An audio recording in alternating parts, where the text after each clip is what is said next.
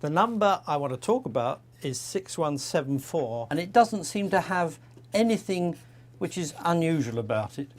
But Capricar showed that if you carry out a procedure, which I'll outline for you, it always comes to this number.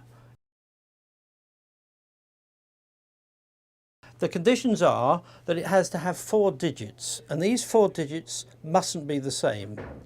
So you have to choose maybe 3 the same and 1 different, or all different. It doesn't really matter. But you don't choose 1111 or 0000. So I asked you to choose one at random, and you said 9218 is your starting point.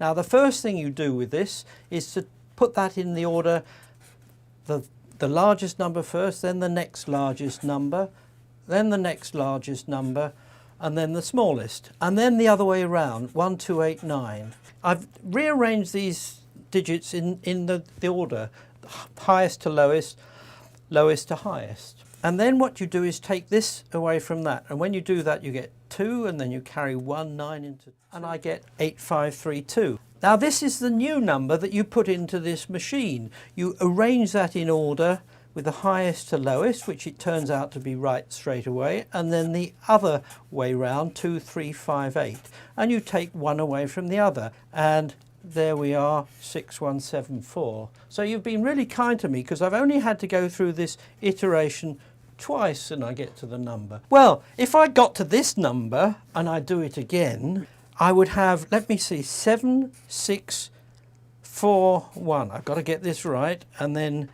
1467, and I take this away from that and I get back to 6174. And if I were to do that again, I would get this and then that, and it would go on forever. The whole thing with this procedure always converges, always ends up with this number, and when it's got to this number, it's stuck in a perpetual loop that will always bring you this number. Any 4-digit number's going to... You can't have 1111, because if you rearrange that into the other order, you get 0000. It doesn't work if all the numbers here are the same, all zeros, nines, whatever. That would not work. But anything other than that, it's going to converge to this number. This is the one that's known as the Capricar constant. If you want to look it up on Google, that's the number that really is associated with this work of an Indian mathematician who must have had more time on his hands than anybody else if he's going to be playing with numbers to try and find something like this. But that's what mathematicians do, and I think it's beautiful.